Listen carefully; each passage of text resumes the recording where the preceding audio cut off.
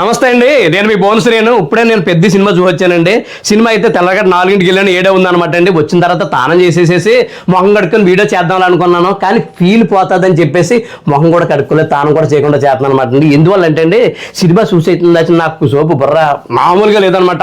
ఒక లేనిపోని ఉత్సాహం వచ్చేసింది, ఓ ఉల్లాహం అనమాట, మామూలుగా లేదు, అసలు రకమైన ఉత్సాహం అనమాట.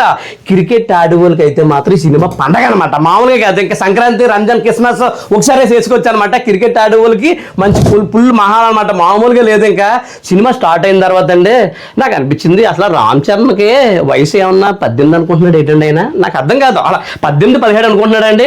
ఏంటండి ఆ డ్యాన్స్, ఏంటండి బాబు, ఏం తింటున్నాడు అసలు నాకు అనిపించింది. రామ్ చరణ్ ఏం తింటున్నాడు రా బాబు, ఏంట్రా బాబు డ్యాన్స్, అసలు 40 ఏళ్ళకి అనిపించలేదు నాకు. అక్కడ ఒక 18 సంవత్సరాలు, ఒక 20 సంవత్సరాల కుర్రోడు ఎలా ఉంటాడో అలా ఉందనమాట స్పీడ్. ఏం తింటున్నాడు అనిపించింది నాకు. ఎంత డ్యాన్స్ తెలుసా, రైరా సాంగ్ ఉంటుంది. అయ్యా బాబు ఏంటండి బాబు, టేకులు తీసుకున్నాడు ఎలా చేసాడు తెలియదు, కానీ డ్యాన్స్ మాత్రం అయ్యా బాబు నడిపేసేసి ఇరిచేసేసి పక్కన పెట్టేసాడు. మామూలుగా లేదు డ్యాన్స్ అయితే కేక అనమాట. మీలో చాలా మంది అనుకుంటారు సినిమాలోని మనకి ట్రైలర్లోని ఓన్లీ క్రికెట్ పెట్టి చూపించాడు, సినిమాలో క్రికెట్ ఉంటుంది అనుకుంటారు. మీకు మామూలు టిస్ట్ లేదనమాట అండి. ఒకటి కాదు, మూడు ఆటలు ఉంటాయి, ఇందులో 3 రకాల గేమ్లు ఉంటాయి అనమాట. గేమ్లు అయితే మాత్రం ఏంటన్నా నేను చెప్పనండి, కంపల్సరీ మీరు సినిమాకి వెళ్ళి చూడవలసిందే. గేమ్స్ అనమాట. నేను అది అనుకున్నాను, ట్రైలర్లో చూసి అనుకున్నాను ఏముండదు, ఏదో క్రికెట్ కోసం సినిమా అనుకున్నాను. క్రికెట్ ఒకటే కాదండి, 3 రకాల గేమ్లు ఉన్నాయన్నమాట. అయ్య బాబు, ఇంకోటి అంటే నటినట్లు విషయానికి వస్తే మాత్రం ప్రతి సినిమాలో కూడా మన తెలుగు వాళ్ళు ఒకరే ఉంటారు. ఇందులో అలా కాదు, మరాఠీ వాళ్ళు, హిందీ వాళ్ళు, మలయాళం వాళ్ళు, కన్నడం వాళ్ళు, మొత్తం ఇండియాలో ఉండి నటినట్లు అందరూ కూడా సినిమాలు ఉన్నారనమాట. మామూలుగా లేదు, ఒక్కొక్కరితో ఒక హైలైట్ అనమాట. మంచి ఎవరు యాక్టింగ్ కాదనమాట. అందరూ కూడా కత్తులతో కాదండి. ఇప్పుడు బాలకృష్ణ గారు డైలాగ్ చెప్తారు, కత్తులతో కాదు కన్ను చూసి చంపేస్తారని. అలాగే లేదు, అందరూ యాక్టింగ్తో చంపేశారు అనమాట. మామూలుగా కాదు, ఏం యాక్టింగ్ అండి బాబు.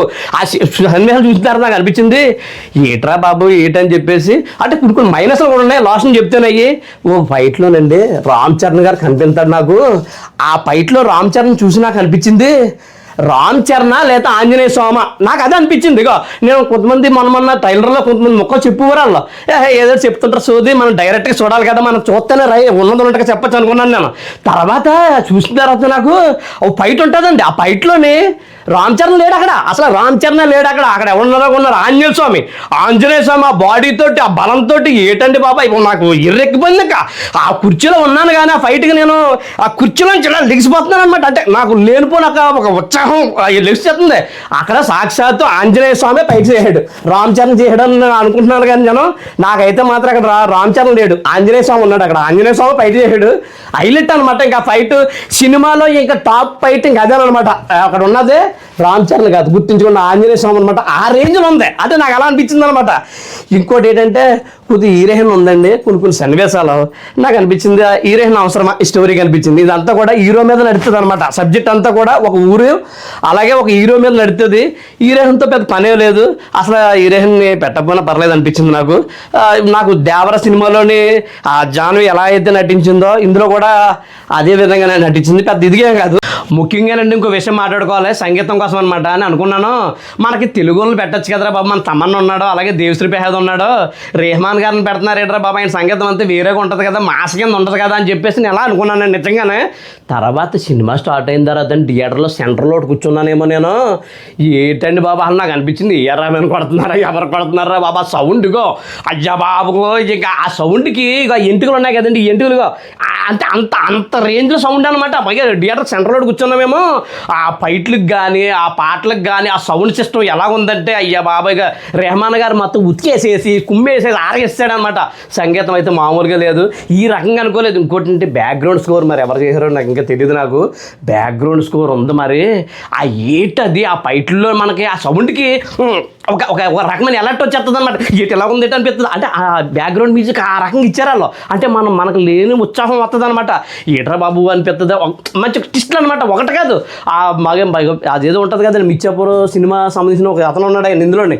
అయ్య బాబు ఏంటి అంటే కొన్ని డైలాగులు బీప్ పెట్టేశారు, బీప్ సౌండ్ పెట్టారండి, చాలా బాగుందనమాట. కొన్ని నాకు అనిపించింది. ఇంకోటి ఏంటంటే ఇప్పుడు మనం ఏదో చిన్నతనం స్టోరీకి వెళ్ళిపోతాం అనమాట. అటు ప్రెజెంట్ జరిగే కథలాగా ఉండదు, ఒక 20 సంవత్సరాలు అలాంటి కథలాగా ఉంటుంది. అనిపిద్ది అనమాట. మనకి కథలోకి ఎంటర్ అయిపోయిన తర్వాత మనకు అనిపిద్దండి విజయనగరం సబ్జెక్ట్ అనమాట. నేను చాలా రోజు విజయనగరం జిల్లాలో ఉన్నాను కాబట్టి అక్కడ ఏం చేస్తారంటే హీరో మీకు అందరికీ తెలిసింది, ఇక్కడ చిన్న ముక్కు పుడక లాంటిది పెట్టుకుంటాడు. ఎలాంటిది అది మా తాతల గట్ట పెట్టుకుంటారు అనమాట. అది ఆ రకం ముక్కు పుడక పెట్టుకుంటాడు.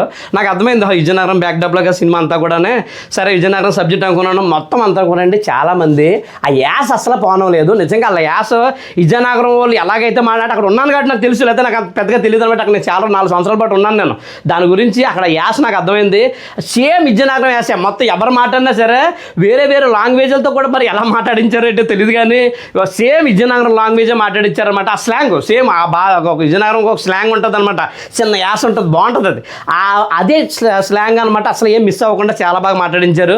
నాకు కూడా అది కూడా చాలా బాగా అనిపించింది. మీరు చూస్తున్నాను కదా, మామూలు కాదనమాట. కంపల్సరీ సినిమాకి వెళ్ళచ్చు. ఇప్పుడు అనుకుంటారు ఆ సినిమా అంత చూసేది ఏముంది అనుకుంటారు, కానీ థియేటర్లోనే చూడాలి. చాలామంది సెల్ ఫోన్లో పైరస్లో చూసేద్దాం లేదా టీవీలో చూసేద్దాం అనుకుంటారు. అలాగే లేదు, థియేటర్కి వెళ్ళాలి. థియేటర్కి వెళ్తేనే ఒక ఫీల్ అనిపిస్తుంది అనమాట. సినిమా అయితే మాత్రం మామూలుగా లేదు. ఇంకోటి ఏంటంటే జగపతి బాబు గారు ఉన్నారండి ఇందులోని. మీరు ఆల్రెడీ ట్రైలర్లో చూసారు, నేను చెప్పచ్చు, లీక్ చేస్తలేదు, నేను ఉన్నదే చెప్తున్నాను. జగపతి బాబు గారు అసలు నాకు అనిపించింది జగపతి బాబు గారేనా, అలా జగపతి బాబు గారేనా అనిపించింది నాకు ఫస్ట్ జగపతి బాబు గారు అనుకోలేదు, నేను ఎవరో అనుకున్నాను.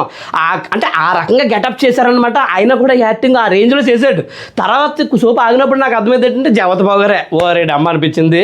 ఇంకో అసలు ట్విస్ట్ ఏంటంటే అండి, మనం సినిమా స్టార్ట్ అవ్వగానే మనం రామ్ చరణ్ చూడం. అసలు రామ్ చరణ్ అన్న మనిషినే చూడమని మనం ఎవరిని చూస్తాం అనుకున్నా, పెద్దిని చూస్తాం అనమాట. పెద్దిరాజుని చూస్తాం. ఆ పెద్ది ఎంటర్ అవగానే ఒరే రామ్ చరణ్ అన్న ఈ హెయిర్ స్టైలు, ఆ ముక్కు పొడక, ఈ గడ్డం ఏంట్రా అనుకుంటాం మనం అయితే. నేనైతే అక్కడ నాకు చాలా సేపు రామ్ చరణ్ నాకు కనపడలే, పెద్దియే. ఆ పెద్ద అన్న ఒక క్యారెక్టర్ కనిపించింది అనమాట నాకు. పెద్ది అన్న అతను క్రికెట్ ఆడుతుంటాడు, పని చేసుకుంటుంటాడు, కూలి పని చేసుకుంటాడు అనమాట.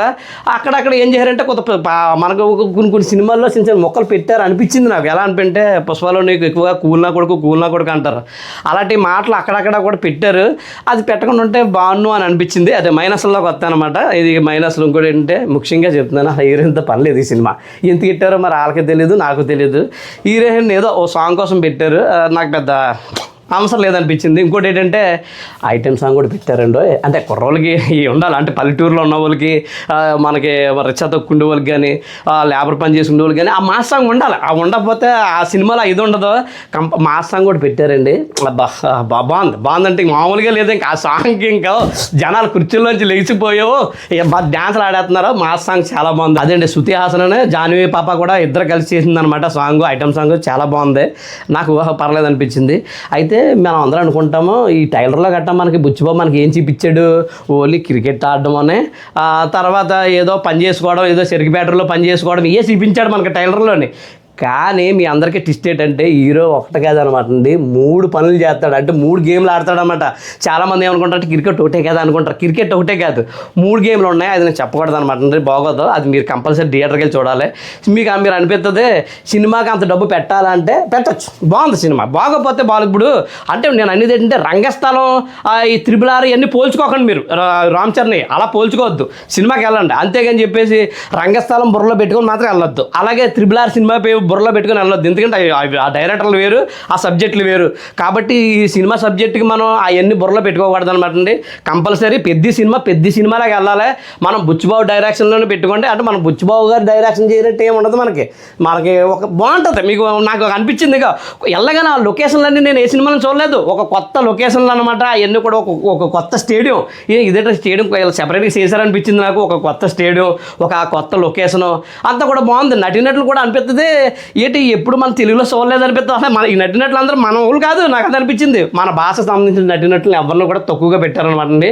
ఎక్కువ భాషలకు సంబంధించిన నటినట్లు ఎక్కువ పెట్టారు నాకు అనిపించింది. అంటే ఇది ఫ్యాన్ ఇండియా సినిమా కదా, దాని గురించి అన్ని భాషలకు సంబంధించిన వాళ్ళు పెడితే మార్కెట్ కూడా బాగుంటుందని ఆలోచించుంటారు. ఇది మంచి విషయమే. అయితే సినిమా మాత్రం ఇంకా మామూలుగా లేదు. ఇక పైసా వసూలు నిజంగా ఒకసారి ట్రై చేయండి, అబద్ధమేం కాదు. ఇక మరి కల్పించని చెప్పను, ఎక్కడో ఒక్కొక్క సీను డిసప్పాయింట్ చేస్తుంది. అంత 10 సినిమాలు ఉండే సబ్జెక్ట్ అది, దానికి కాదనట్లేదు. ఒక 2-3 సీన్లు ఉన్నాయి నాకు అవి ఎందుకులే అనిపించింది నాకు. కానీ ఒక సీన్ ఉందండి, జగపతి బాబు గారు ఒక సీను ట్రైన్ ఆపి సీన్ ఉంటుంది, మామూలుగా లేదనమాట. నిజంగా గుండుగా ఈ గుండె ఎలా పట్టుకుని పిండేసింది అనిపించింది నాకు. పిండి ఏదో ఆ యాక్టింగ్ అనమాట. ఏంటి జగపతి బాబు గారిలో అమ్మ ఇంత నటుడు ఉన్నాడు ఏంట్రా బాబు, ఇంతలా ఎలాంటి యాక్టింగ్ అనిపించింది. అయినా ఒక ఏజ్డ్ క్యారెక్టర్ అనమాట, మామూలుగా లేదు. గుండెని పిండేశాడు జగపతి బాబు గారు. ఒక అద్భుతం అనమాట నిజంగా. ఒకసారి చూడండి, సినిమా అయితే మాత్రం చాలా బాగుందన్నమాట. నాకైతే చాలా గొప్పగా అనిపించింది.